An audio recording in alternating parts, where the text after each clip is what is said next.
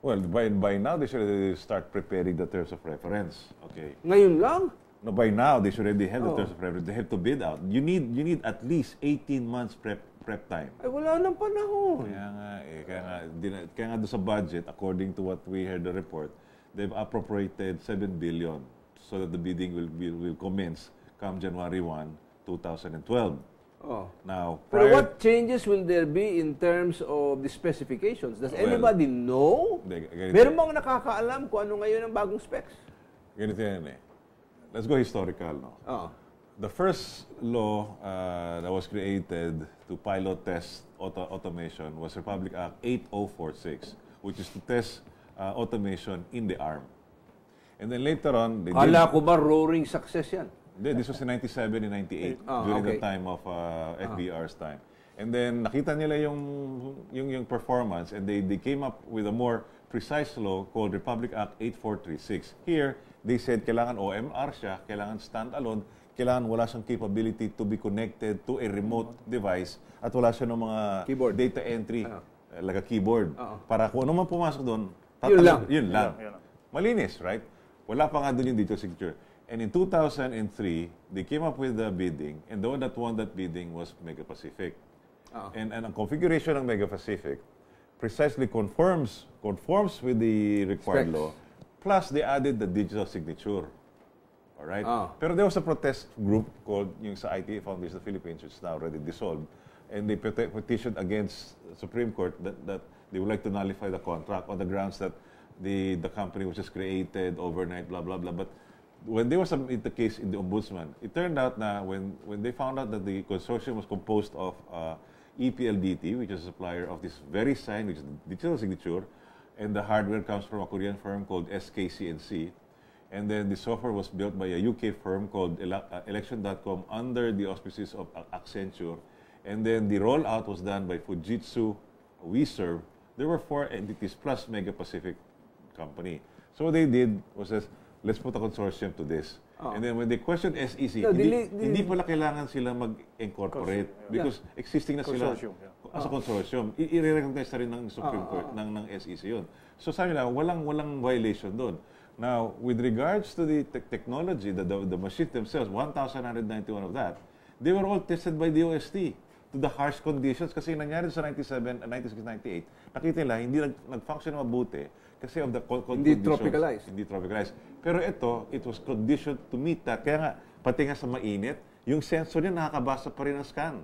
Diba pag nag-init yan, tinignan mo sa camera, nag-mist yung salamin. Merong condensation. Ito hindi. So in other words, yung quality ng kanyang sensor was so effective and efficient na kayanin. Now, from these lessons, in 2010, natuto na ang COMELEC, kaya naging requirement nila, kailangan may digital signature. Nilagay din sa batas sa 9369, which amended the 8436. Second, sinabi nila na kailangan meron na siyang transmission kasi dati stand-alone. Pero sabi nga ni June kanina, na nagkaroon sila ng port, which means pwede ka nga mag-data entry ng result. So makita mo yung results, di mo gusto, kabitan mo na siya ng laptop. Bago ipapasok mo. Exactly. That can be that. Ano naman ang gusto mo? Mawalan sila ng control sa proseso?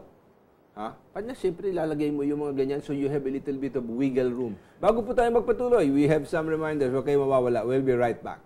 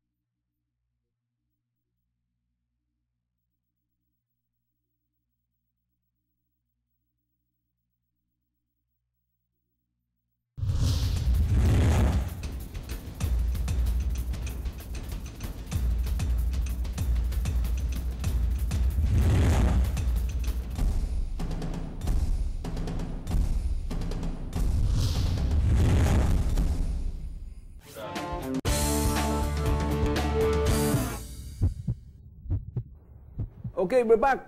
Matanong ko naman sa iyo, John. with the Supreme Court decision requiring the COMELEC to do a number of things, and the COMELEC has not done any of them, why hasn't anybody cited them for contempt? Yun nga nangyari dun sa citizens concerned movement kay Harry Roque. After his reconsideration of the initial Supreme Court decision to pursue with the elections, ang sabi ng Supreme Court, itutuloy yung election kasi inassure naman kami ng COMELEC na yung mga safeguards na hinihingi nila Harry Roque, ilalagay nila.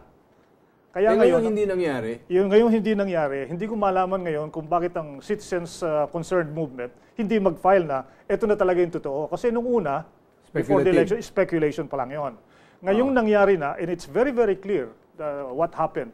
No digital signature, wala yung verifiability kung sino binoto mo. Hindi mo alam kung binasa ng makina yung binoto mo kasi hindi lumabas dun sa screen. Tapos wala ka pang resibo kung anong kinuha mo. So, in fact, sa Germany, that was considered unconstitutional. Yung hindi mo makita yung binoto mo. Bakit nga ngayon walang mag-file ng contempt sa even the Senpeg's not doing it.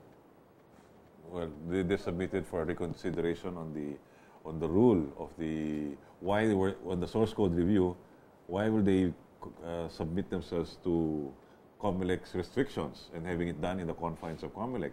But the Supreme Court favored COMELEC in that regard, and so now the Senpeg is submitted a motion for reconsideration on that ruling. No ruling. No ruling yet has come of that. Now, pero ititingnan mo perspective. What that tells us from the industry, from our sector, apparently, and no offense to those that are in position, they are illiterate in IT. Whether you're the Supreme Court Justice, you're the commissioners, they think because they're in the position to take authority on the subject matter, they become the experts, which to us, sadly, is not the case. Now, how do you contest an honorable justice, an honorable commissioner that, I'm sorry, gentlemen, you are ignorant of the IT industry. Please leave it to our industry and let us educate you. Will they allow that? Let's be realistic. More often than not, they will not. Matter of ego. And then they said the contempt charge will be even thrown to us for being disrespectful to those who are in position. So you think that you're saying they cannot understand? We're saying that they do not understand. It's not that they cannot. They do not understand because they do not practice. Unlike John and I, we've been into this industry, like he's been there for 40, 50 years. I've been here for 30 years. We already know the discipline behind this industry.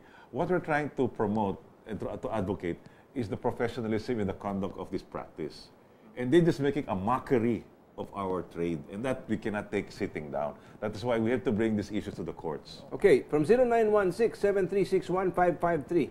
With what you are saying, ibig po bang sabihin nito the machine should not be used in 2013 elections? If that is the case, may enough time ba tayo to consider other IT providers para yung mga PCOS machine na yun ay di na magamit ulit? Oh, you want to try to answer? Those are two excellent questions that have been raised here. I-follow up ko lang yung sinabi ni Toti na related do sa tanong ng viewer natin. Okay. Madaling sabihin sa mga kahit na sa Supreme Court Justice, and they will appreciate this. Ano ang pinakamalaking organisasyon sa Pilipinas ngayon? Is it GSIS? Is it SSS? Is it the banks? Is it the ATM networks?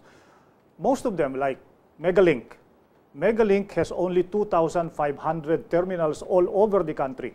Okay? It took them more than 2 years to install that system. Ngayon, mag-i-install ka, hindi ka naman bangko. Wala ka namang experience sa computerization. I'm referring to COMELEC.